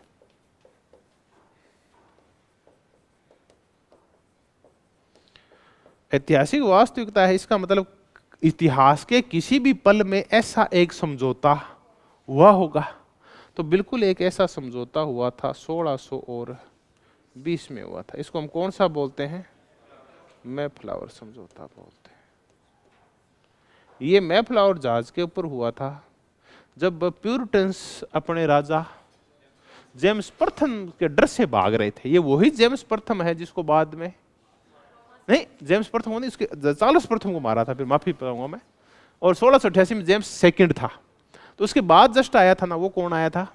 चार्ल्स प्रथम आया था, जिसको 1648 में मार दिया था। प्यूरिटन्स थे ये, प्यूरिटन्स थे जो तत्कालिक राजा की डर की वजह से भाग रहे थे। तो ये मेफ्लावर समझौता था। तो इन्होंने ये कहा कि अब हम भाग रहे हैं, इस राज्य में कमी क्या है बताओ। ब्रिटेन को छोड़ के कौन भाग रहे हैं? प्यूरिटन्स भाग रहे हैं। कहां भाग रहे हैं? अमेरिका भाग रहे हैं, क्योंकि वही उनका ठिकाना था। तो हम वहीं भागते थे। अंग्रेजों को कई प्रकार की छूट थी। एक तो आपको अगर ज्यादा संपत्ति कमानी तो आप अमेरिका जाओ। भारत तो उस समय तक है, भारत तो आया 1757 के बाद है। हम चर्चा कर रहे उससे पहले की, क्योंकि 1498 में खोज लिया गया था किसको? अमेरिका को। और अमेरिका में बहुत बड़ी संख्या में अंग्रेज पहुंच गए थे। भारत में तो 1757 के बाद, 1857 के बाद मानो मेनली तो अंग्रेजों ने प्रचार, उससे तुम 100-200 साल पहले की चर्चा कर रहे हैं। तो उस समय अंग्रेजों का था कि अमीर बनना है तो कहां जाओ? अमेरिका। फिर एक और था ब्रिटेन में कि अगर आप अपराधी हो और तो आपको 2 प्रकार के दंड दिए जाते थे। एक तो आप जेल जाओ, जेल नहीं जाना चाह रहे तो कहां जाओ? अमेरिका जाओ। तो ये प्यूरिटन्स थे, राजा की नजर में क्या थे? अपराधी थे। तो इनको वो मार रहा था, तो ये बचने के लिए कहां भाग रहे थे? अमेरिका भाग रहे थे। तो इन्होंने आपस में समझौता किया था कि ये अवस्था जिससे हम भाग रहे हैं प्राकृतिक अवस्था है, क्योंकि इसमें किसी का भी जीवन सुरक्षित नहीं है, किसी को किसी प्रकार की कोई स्वतंत्रता नहीं है, और यहां तक कि राजा ने हमारी संपत्ति भी छीन ली है। तो उन्होंने सोचा कि यार राज्य कैसा होना चाहिए? तो इन्होंने कहा राज्य संवैधानिक होना चाहिए, जहां राज्य की शक्तियां क्या हो? नियंत्रित हो, ताकि वो हमारी जीवन स्वतंत्रता और संपत्ति को छीन नहीं सके। क्योंकि वर्तमान का जो तत्कालिक ब्रिटिश राजा है, उसने प्यूरिटन्स की तीनों चीजें छीन ली। उसने भारी मात्रा में मौत के घाट उतारा था किसको? प्यूरिटन्स को। तो उनका जीवन छीन लिया। उनकी जितनी भी स्वतंत्रताएं थी वो उन्होंने कहा कि हम अपने धर्म को अपने हिसाब से मानेंगे। हम तो प्यूरिटन्स थे, तो हम तो प्रोटेस्टेंट को मानेंगे, हम तो नहीं मानेंगे पोप की व्याख्याएं। तो उनकी धार्मिक स्वतंत्रता में दखलंदाजी की गई। तीसरी, राजा ने उनकी क्या छीन ली? संपत्ति छीन ली, क्योंकि संपत्ति प्यूरिटन्स के पास ज्यादा थी। क्योंकि प्यूरिटन्स के विचार क्या होते हैं? औरों की बजाय ज्यादा उदार होते हैं। तो उनके पास कैथोलिकों से ज्यादा संपत्ति थी, वो भी राजा ने छीन ली। तो कह हम ऐसे राजा के यहाँ नहीं जाएंगे, तो प्राकृतिक अवस्था है, ये तो मत्स्य न्याय वाली बिगड़ी व्यवस्था है। हम एक संवैधानिक शासन का निर्माण करेंगे। उसमें क्या होगा कि इसमें हमारे अधिकार क्या रहेंगे? सुरक्षित रहेंगे। एक हम अपनी सरकार बनाएंगे, उसको बोलेंगे तो इसकी सुरक्षा कर। तो उन्होंने ऐसा एक लिखित समझौता किया था कि हम अमेरिका जाएंगे तो ऐसा देश बनाएंगे। फिर ऐसा पहला देश कौन सा बना? जिसका लिखित संविधान था, जिसमें एक सीमित सरकार थी जो प्राकृतिक अधिकारों की क्या करती है? रक्षा। और तब से आज तक यही चला रहा है वो देश। तो ऐसा एक समझौता एक जहाज पे हुआ, उसको कौन सा बोलते हैं? मेफ्लावर समझौता बोलते हैं। तो अब जब इन्होंने समझौता कर लिया, ये ऐतिहासिक वास्तविकता थी। तो ये जो सामाजिक समझौता, उसके बाद जो राज्य बना, उस राज्य में जो राजतंत्र आएगा वो कैसा होगा? वो सीमित राजतंत्र होगा। वो उसको हम संवैधानिक राजतंत्र बोलते हैं, या इसको हमें सीमित राज्य या सीमित सरकार बोलते हैं। तो मैं कुछ शब्द एक साथ लिख देता हूं कि इस सामाजिक समझौते के बाद जो राज्य बनेगा वो राज्य कैसा होगा? सीमित राज्य। उस राज्य में क्या चलेगा? संविधानवाद चलेगा। क्या होता है संविधानवाद? कई बार व्याख्या हो चुकी है। सीमित सरकार को हम क्या बोलते हैं? संविधानवाद बोलते हैं। यहां व्यक्ति का शासन नहीं चलेगा, बल्कि किसका शासन चलेगा? विधि का शासन चलेगा। यहां संप्रभुता कैसी होगी? सीमित संप्रभुता होगी। ये तो एक ही शब्द है, सीमित राज्य, सीमित सरकार और सीमित संप्रभुता। आप कुछ भी बोल दो। तो ऐसा होगा, ये संविधानवाद होगा, सीमित सरकार होगी, विधि का शासन होगा, सीमित संप्रभुता होगी, या हम कहते हैं संवैधानिक राजतंत्र होगा। ठीक है, ये ऐसे करके क्या किया गया? एक सामाजिक समझौता किया गया। मुद्दा है क्या हुआ? हम मुद्दा आया कि इस राज्य में बहुलवाद होगा क्या? तो अब हमें बहुलवाद कहां देखना होगा? बहुलवाद हमें देखना होगा वहां जहां हम इस ट्रस्ट के ऊपर अविश्वास करेंगे और इसके खिलाफ जो क्रांति करेंगे, तो बहुमतवाद होगा। आप पूछ रहे हैं कि इसमें बहुलवाद होगा क्या? मुद्दा तो ये है। तो देखिए, जहां आपको ये शब्द आता है ना, कौन सा? स्वतंत्रता, वहां क्या पाया जाता है? बहुलवाद पाया जाता है। अब मुद्दा आया कि आप बहुलवाद को किस स्वरूप में लेते हैं। मुद्दा तो ये है। तो आप बहुलवाद को अगर स्वरूप में लेते हैं कि धार्मिक रूप से आपको बहुलवाद है या नहीं, देखिए बहुमतवाद तो अलग होता है, बहुमत और बहुल का तो फर्क समझते हैं आप है। बहुमतवाद तो होता है कि सरकार उसी की बनेगी जिसके पास वोट है ज्यादा, जिसके पास मेजोरिटी है, वो तो मेजोरिटिज्म होता है। बहुलवाद होता है प्लूरलिज्म। प्लूरलिज्म का तात्पर्य है कि चीजें क्या हो जाती है, आपके पास विकल्प क्या होते हैं, बहुत सारे दबाव समूह, बहुत सारे विचार, बहुत सारी स्वतंत्रताएं, बहुत सारे अधिकार, बहुत सारे राजनीतिक दल।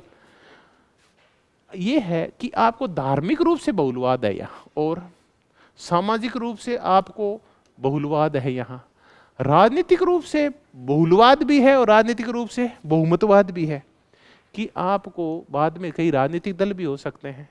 तो क्योंकि प्रतिनिधित्वकारी सरकार का समर्थक है। एक और है, ये जो ट्रस्ट और ये विधायिका और ये बनेगी ना सरकार, इस सरकार का जो स्वरूप होगा वो कैसे होगा, प्रतिनिधित्वकारी होगा। तो आप अपने प्रतिनिधियों के चुनाव में स्वतंत्र है। क्या राजतंत्र में राजनीतिक रूप से बहुलवाद पाया जाता है क्या? वहां तो क्या होता है, एक राजा होता है। तो यहाँ आप प्रतिनिधि अपने हिसाब से चुन सकते हैं। अगर पहले प्रतिनिधि का काम सही नहीं करे तो आप इनको हटाओ और नए प्रतिनिधि बना लो। तो ये यहाँ बहुलवाद पाया जाएगा। ठीक है, आपके बहुत सारे विकल्प होते हैं यहाँ, विचार विकल्प, स्वतंत्रता के विकल्प। तो स्वतंत्रता है तो स्वाभाविक है वहां क्या पाया जाएगा, बहुलवाद पाया जाएगा। ठीक, अब हम सामाजिक समझौता करें तो मुद्दों को समझ भी रहे हैं कि ऐसे शब्द आ जाए तो उनके लिए क्या करें। इस समझौते को अगर हम सीमित शब्दों के कुछ इस लाइनों के माध्यम से प्रकट करना चाहें सामाजिक समझौते को, तो क्या क्या हो सकता है। सामाजिक समझौता ये कहता है कि सरकार कैसे बननी चाहिए, सहमति से बननी चाहिए।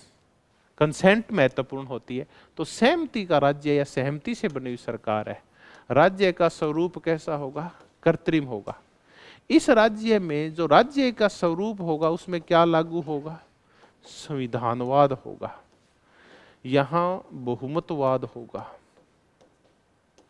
ठीक है, यहां जो सरकार होगी वो कैसी होगी, प्रतिनिधित्वकारी होगी। यानी कुल मिला के यहाँ की विधायिका है ना, वो प्रतिनिधित्वकारी होगी। ठीक है, राजतंत्र की शक्तियां क्या कर दी जाएगी, सीमित कर दी जाएगी। और यहां जो अधिकार होंगे वो कैसे अधिकार होंगे, प्राकृतिक अधिकार होंगे। अब ये बताओ कि यहां जो कानून थे ना वो तो सकारात्मक बन गए, लेकिन क्या अधिकार भी विधिक बन गए क्या, इतना बताओ आप। मैं आपको दो शब्द लिख रहा हूं। मैंने आपको जब प्राकृतिक अवस्था करवाई थी, देखिए शाब्दिक हेर फेर आप समझना थोड़ा, मैंने आपको प्राकृतिक अवस्था कराई किसकी, जॉन लॉक की। तो जॉन लॉक कहते हैं कि इसमें जो कानून थे वो कैसे थे, प्राकृतिक कानून या प्राकृतिक विधियां थी। और इसमें अधिकार भी क्या थे, इसमें प्राकृतिक अधिकार थे। आप तो मुझे ये बताओ कि जब राज्य बन जाएगा तो प्राकृतिक कानून रहेंगे क्या,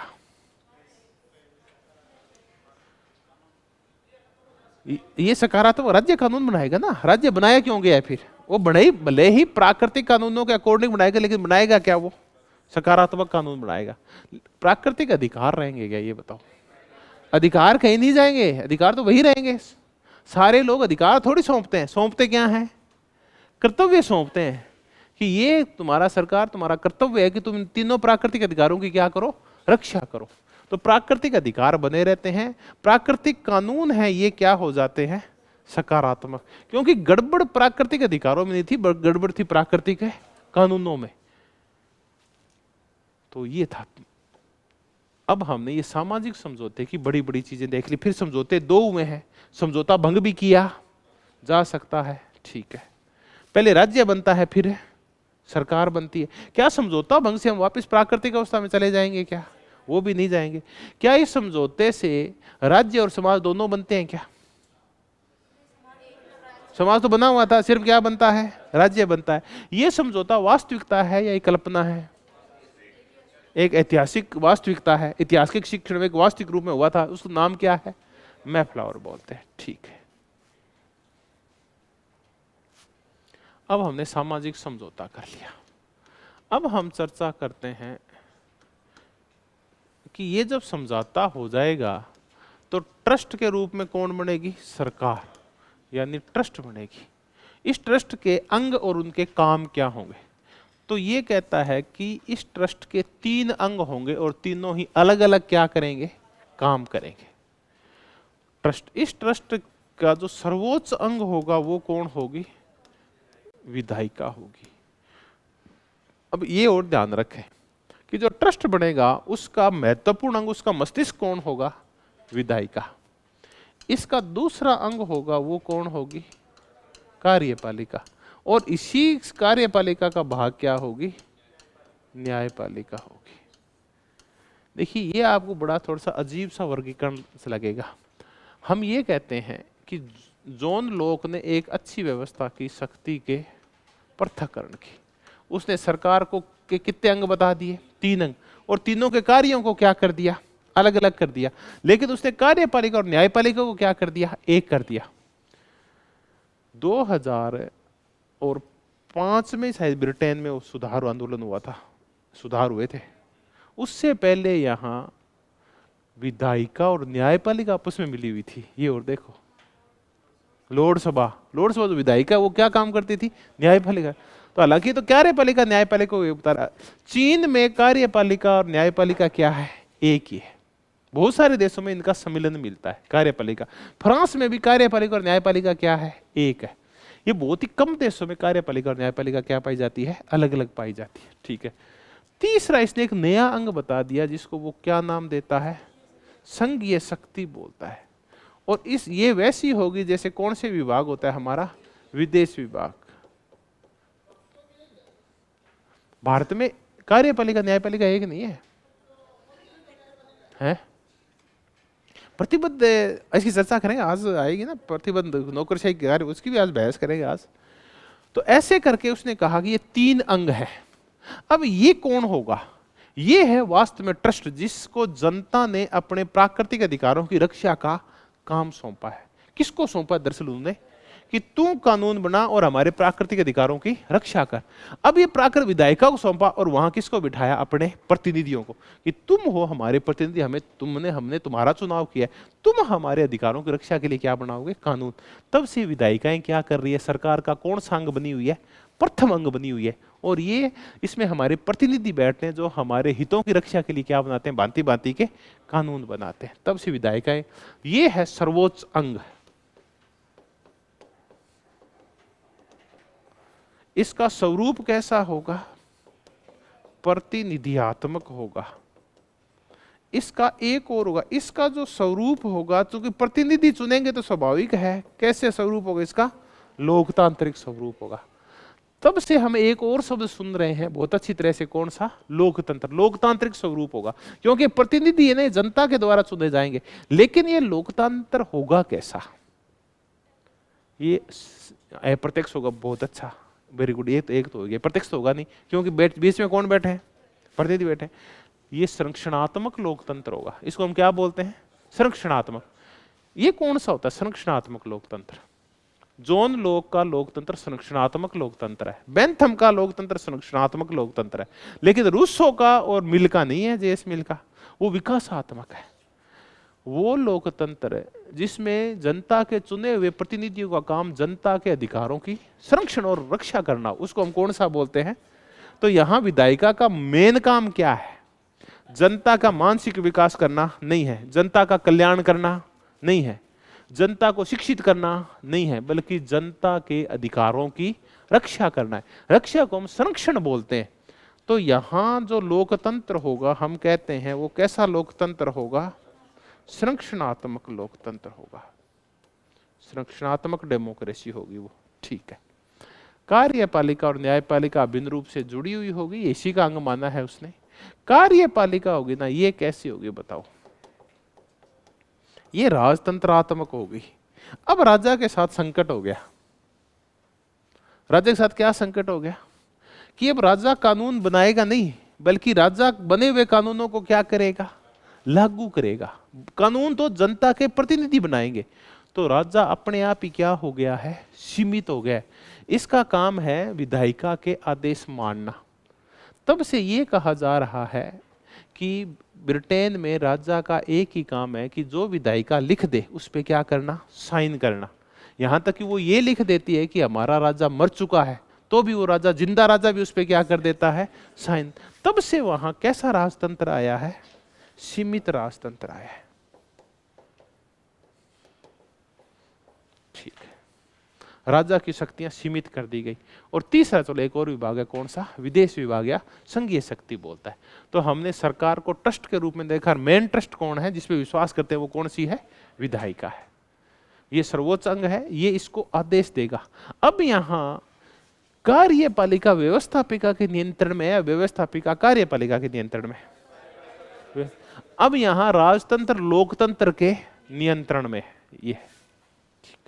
तो हमने सरकार, शक्ति पृथक्करण और विभिन्न अंग और उनके कार्य प्रणाली, उनके आपसी संबंध और उनकी हायरार्की और देख लिया हमने, कौन ऊंचा है और कौन निम्न है, कौन सा अंग महत्वपूर्ण है।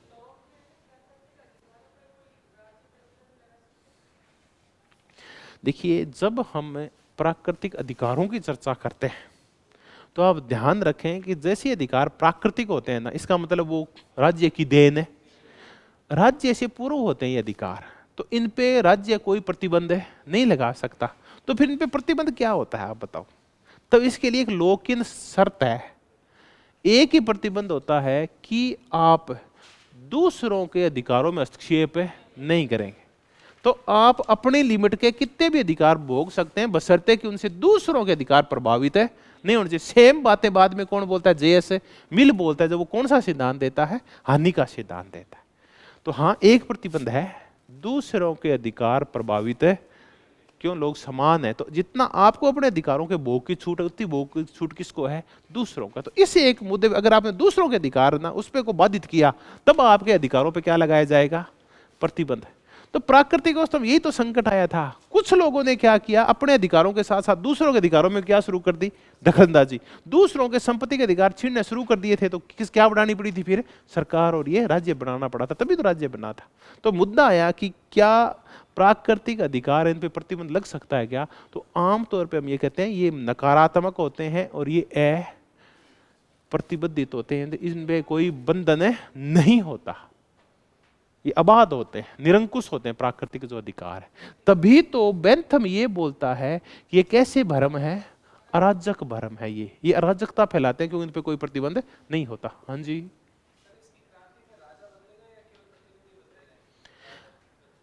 देखो, जब क्रांति होगी तो दरअसल हमने मूल काम सौंपा किसको है, विधायिका को सौंपा है। तो हम किसको बदलेंगे, विधायिका को बदलेंगे।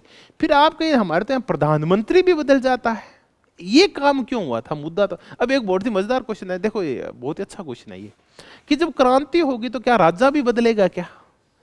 तो मैंने कहा कि अब देखते हैं, मैंने कहा क्रांति होगी तो मेन अंग कौन सा है, मुख्य अंग विधायिका है, वो बदलेगा।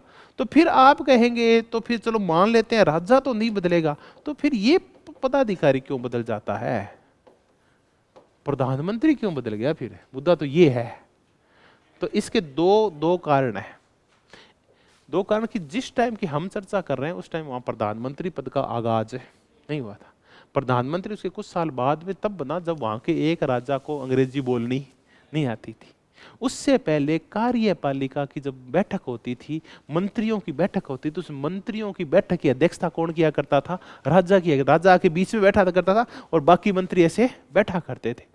तो एक दिन वो बोला कि मेरे को यार नींद आती है भाइयों, मैं नहीं आऊंगा इसमें, क्यों, तो इंग्लिश बोलते हो, किटर पिटर करते हो, हैं, तो आज के बाद तुम संभालो सारा कुछ, मेरे को तो फ्रेंच आती है, मैं तो नानी रहे हो फ्रेंच सीखियो, अंग्रेजी में ना होगा नहीं। तो मेरी नानी ने फ्रेंच आऊँ, ठीक है। तो मैं तो एक को बोला कि वो, फिर वो बोले कौन करेगा हमारा, हम में ये ना, एक ये आदमी ठीक है जिसका नाम था Walmart, Walpole, sorry wall wall, वो मेरे को वो रहेगी, वो चेन याद रहेगी अमेरिका वाली, सर रॉबर्ट वॉलपोल, कि ये ना तुम्हें सबसे सीनियर बंदा, शाना बंदा, ये सारी चीजें जानता है, तो मेरे बाद आज से ये करेगा तुम्हारा मंत्रिमंडल की बैठक की अध्यक्षता। और उसी दिन से फिर क्या बनना शुरू हो गया, प्रधानमंत्री। वो प्रधानमंत्री उसकी सहायता के लिए आया कहां से था, विधायिका से आया था। तो ये तो बाद की घटनाएं हैं, तो स्वाभाविक है कि अब राजा का तो नाम मात्र का रह गया है। तो आज के दिन अगर क्रांति होगी तो विधायिका भी बदलेगी और प्रधानमंत्री भी, और लोग जिस दिन क्रांति कर रहा है उस दिन सिर्फ क्या बदलेगी, विधायिका बदलेगी। क्या उस टाइम कौन नहीं था, उस टाइम कार्यपालिका का मुखिया कौन था, राजा। इसका काम सिर्फ कानून बनाना था और राजा का काम था कानून को लागू करना। यही मंत्रिमंडल का मुखिया हुआ करता था, सारे काम यही किया करता था। ठीक है, अब हमारे पास चर्चा करने के लिए छोटे छोटे कुछ मुद्दे बचे, जिनमें से एक तो बची है संप्रभुता और दूसरा बचा है विरोध व सहमति, जिसमें विरोध की चर्चा कर लिए, सहमति की ओर कर लेंगे। हमारे पास एक मुद्दा बच गया कि संप्रभुता का क्या होगा। तो ये कहीं भी सोवरेनिटी शब्द का प्रयोग नहीं करता, बल्कि ऑल सुप्रीम पावर, सबसे बड़ी सुप्रीम पावर कौन सी है। फिर ये कहता है सुप्रीम पावर दो प्रकार की होती है, एक होती है निद्रित संप्रभुता, सोई हुई, स्लीपिंग सोवरेनिटी, और दूसरी होती है अवेकिंग या जागी हुई, जागृत संप्रभुता। तो ये कहता है निद्रित जो संप्रभुता होती है वो होती है नागरिकों के पास। संप्रभुता वास्तव में है किसके पास? अपने देश में किसके पास संप्रभुता? हम नागरिकों के पास है, भारतीय जनता के, भारत के नागरिकों के पास है निद्रित संप्रभुता। लेकिन वो क्या इसका प्रयोग नहीं करते, वो किसको सौंप देते हैं? अपने राज्य को सौंप देते हैं, यानी सरकार को सौंप देते हैं। तो सरकार के पास कैसी होती है? जागृत होती है। नागरिकों के पास निद्रित होती है, इसका मतलब ये उसको सौंप के क्या करते हैं? सो जाते हैं। फिर उसका उपयोग कौन करती है? विदेश से युद्ध करना हो, संधि करना हो, किसी भी संगठन को दबाना हो देश के अंदर, तो प्रयोग कौन करते हैं? नागरिक थोड़ी करते हैं, जाके कौन करते हैं? सरकार करती है। तो जागृत संप्रभुता सरकार के पास होती है और निद्रित संप्रभुता किसके पास होती है? नागरिकों के पास। लेकिन ये सरकार के पास मूल थोड़ी होती है, मूल तो किसकी है? ये नागरिकों की। नागरिकों ने दी किसको है? सरकार को दी है। तो ये 5 साल में ये निद्रित जाग के और इसको देखते हैं कि ये ढंग से काम कर रहे हैं या नहीं कर रहा है। तो ये क्या ये जागते भी है क्या? नागरिक जागते हैं ना। कितने साल में जागते हैं? 5 साल में। तब ये क्रांति कर देते हैं या क्रांति नहीं करते हैं, जो भी इनकी इच्छा होती है। तीसरा है कि विरोध हो सकता है कि, तो विरोध तो हम कर चुके हैं कि राज्य का तो नहीं होता, क्योंकि वो तो खुद नागरिकों का समुदाय है। किसका विरोध होता है इसमें? सरकार का। तो मुद्दा है क्या समझौते का विरोध हो सकता है क्या? तो हमने देखा कि क्रांतियों का ये दार्शनिक है, समझौते का विरोध तो हो सकता है। समझौता हम भंग भी कर सकते हैं। समझौता भंग करके हम किसको भंग करते हैं? दरअसल सरकार को, यानी ट्रस्ट को भंग कर देते हैं, विधायिका को भंग कर देते हैं। अब आ गया सहमति। तो क्या ये जो जैसे जैसे नागरिक आएंगे हर बार ही उनको समझौता करना पड़ेगा क्या? मुद्दा तो ये है। तो ये कहता है कि नागरिक इस समझौते की 2 प्रकार से सहमति देते हैं। एक तो कैसी होती है? प्रत्यक्ष सहमति, और एक कैसी होती है? अप्रत्यक्ष सहमति। प्रत्यक्ष सहमति का तात्पर्य ये होता है कि जनता लिखे देती है कि हमें इस सरकार में क्या है? विश्वास है, इस राज्य में विश्वास है। इसमें शपथ लेते हैं वो बाकायदा, हर नए नागरिक, हर बच्चा, पैदा होने वाला बच्चा। दूसरे होते हैं कि नागरिक कैसी है सहमति देते हैं इस समझौते को? अप्रत्यक्ष सहमति। वो अप्रत्यक्ष सहमति कैसे देते हैं? वो कहते हैं कि हम इस राज्य के कानूनों का क्या करेंगे? पालन करेंगे। हम हमारे अधिकारों का क्या करेंगे? उपभोग करेंगे, जो हमारे अधिकार मिले हुए हैं। हम यहाँ इस राज्य में विधिक दर्जा जो रखते हैं, तो ये सारी चीजें क्या है? इस एक राज्य के अंदर रहना, वहां के अधिकारों का भोग करना, वहां के कानूनों को मानना। इसका मतलब आपने उस राज्य को कैसी सहमति दी है? अप्रत्यक्ष। लिखे नहीं दिया कि मैं सामाजिक समझौते पे क्या कर रहा हूं? हस्ताक्षर कर रहा हूं। लेकिन ये है कि आप उसके कानूनों को मानते, उसकी बातों को मानते, वहां की सरकारी गतिविधियों में भाग लेते हैं, वोट देने जा रहे हैं। तो इसका मतलब आप राज्य को क्या दे रहे हैं? सहमति दे रहे हैं कि मुझे ये राज्य पसंद है, मुझे ये सरकार पसंद है, या मैं सरकार को बदलना चाह रहा हूं, मेरे मतलब सरकार बदलना, दूसरी सरकार लाऊंगा। तो जब आप वोट देते हैं तो आप भारत की सरकार को सहमति देते हैं या असहमति देते हैं? सहमति देते हैं कि ये सरकार है, ये मेरी सहमति से बन रही है। तो इस आपने समझौता थोड़ी किया सरकार के साथ, बल्कि आप इसको कैसी सहमति दे रहे हैं? अप्रत्यक्ष। तो सरकारी गतिविधियों में भाग लेना, सरकार के कानून मानना, वोट देना, सरकार की जय जयकार करना, 15 अगस्त 26 जनवरी मनाना, भारत माता की जय बोलना, ये सब कैसी सहमतियां हैं? अप्रत्यक्ष है। हम सारे, आपने कभी समझौते हस्ताक्षर थोड़ी किए थे कि मैं राज्य वाले समझौते पर लाऊं, वो कहां है, मैं समझौता करूंगा, मैं तो साइन करूंगा। बाद के नागरिक सिर्फ क्या करते हैं? अप्रत्यक्ष सहमति देते हैं। प्रत्यक्ष सहमति तो शुरुआती नागरिक ही देते हैं। चलिए, तो ये हमने सहमति की भी चर्चा की, इस सहमति क्या होती है। कुछ बचा तो नहीं होगा। अब विरोध है। अब क्या ना, क्या विरोध किया जा सकता है क्या? क्रांति की जा सकती है ना। तो क्रांति क्यों की जा सकती है? हमने सहमति तो देख ली, तो क्या विरोध भी हो सकता है क्या? तो क्या आप समझौते का, यानी सरकार जो आपने बनाई उसका विरोध कर सकते हैं क्या? कर सकते हैं। जब ये सरकार जनता के चुनाव प्रणाली में क्या करे? गड़बड़ करे, ये कानूनों के साथ खिलवाड़ करे, ये जनता के क्या छीनने की कोशिश करे? प्राकृतिक अधिकार छीनने की कोशिश करे, या फिर ये विधायिका के काम में क्या डाले? काम में रुकावट डाले, कोई कार्यपालिका काम में रुकावट डाले, तो जनता क्या करेगी? विरोध करेगी। तो क्या लेवियाथन के यहां विरोध हो सकता है क्या? नहीं हो सकता। सिर्फ एक आत्मरक्षा के लिए हो सकता है। यहां तो इन कारणों से भी हो सकता है। यहां आत्मरक्षा नहीं है, बल्कि चुनाव प्रणाली में धांधली की जा रही है, कानूनों के साथ खिलवाड़ किया जा रहा है, प्राकृतिक अधिकार छीने जा रहे हैं, विधायिका के काम में क्या डाली जा रही है? रुकावट, या विधायिका खुद गलत कानून बना रही है। तो इसका मतलब विरोध है किया जा सकता है। तो विरोध जायज है। तो स्वाभाविक है कि ऐसे विरोध कहाँ मिलते हैं? लोकतंत्र में। ठीक है, तो ये हमने विरोध देखा।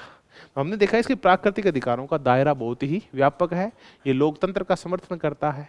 अब हमने संप्रभुता की थी, तो इसे संप्रभुता के हम कितने नाम दे सकते हैं? निद्रित और जागृत तो खुद नाम दे रहा है।